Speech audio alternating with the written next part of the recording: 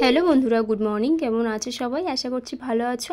তো সকালবেলায় লিখে দেখো কাজবাজ করছি। কাজবাজ মানে ঘরের কাজবাজ যাবতীয় সব কমপ্লিট করে নিয়ে এদিকে রান্না বসিয়েছি। আর একটু তাড়াহুড়োই করছি, কেননা আর এটা হচ্ছে রাখি পূর্ণিমা দিনকার ভিডিও। তো ভিডিওগুলো করাই ছিল, শেয়ার আর করা হচ্ছিল না তোমাদের কাছে। আর হচ্ছে অনেক কটাই ভিডিও করা আছে, এডিট করা হয়নি। তারপরে সেই জন্য আর পোস্টও আজ করব কাল করব বলে আর ভিডিওগুলো পোস্ট করা হচ্ছিল না, এডিট করা হচ্ছিল না। তো সেইগুলোই ছাড়ছি। আর কয়েকটা ভিডিও করা আছে, সেগুলো ছাড়বো, তারপরে রানিং ভিডিও দেবো। তো দেখো এদিকে পায়েস করে নিয়েছি, ঘুগনি করে নিয়েছি, আর এদিকে ময়দা মাখিয়েও নিয়েছি, তেল কড়াই মানে বসিয়ে দিয়েছি। আর তো দেখো সব কিছু গুছিয়ে গাছি নিয়েছি, আর লাস্টে এই লুচিটাই ভাজবো। তো ভাই খেয়ে আবার দোকানে যাবে, তো ওই জন্য বেশি কিছু রান্না করতে পারলাম না আর কি। তো দেখো আমার ওদিকে রান্না বান্না সব কমপ্লিট নিয়ে এদিকে দেখো আর সব কিছু রাখি পরানোর জন্য গুছিয়ে গাছি নিয়েছি। আর আমি এদিকে ঠাকুর পুজোও দেওয়া হয়ে গেছে।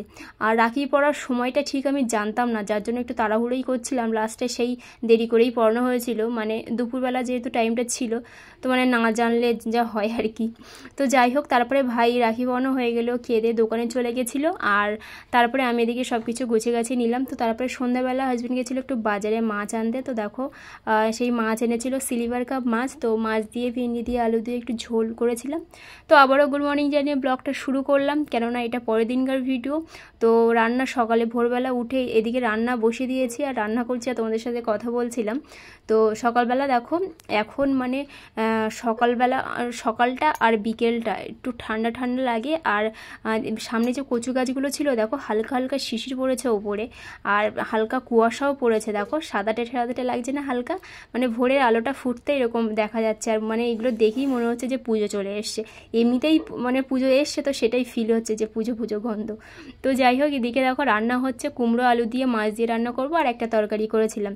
তো তারপরে হাজব্যান্ড বেরিয়ে গেছে। আর এদিকে মা প্রসাদ দিয়ে গেছে, কালকে মাদের বাড়ির পাশে এক বাড়িতে পুজো হয়েছে, তো সেই প্রসাদই মা দিয়ে গেল। তো সেটা ফ্রিজে রেখে দিলাম, কেননা কাটা ফল টল আছে অনেক, তো ওই জন্য।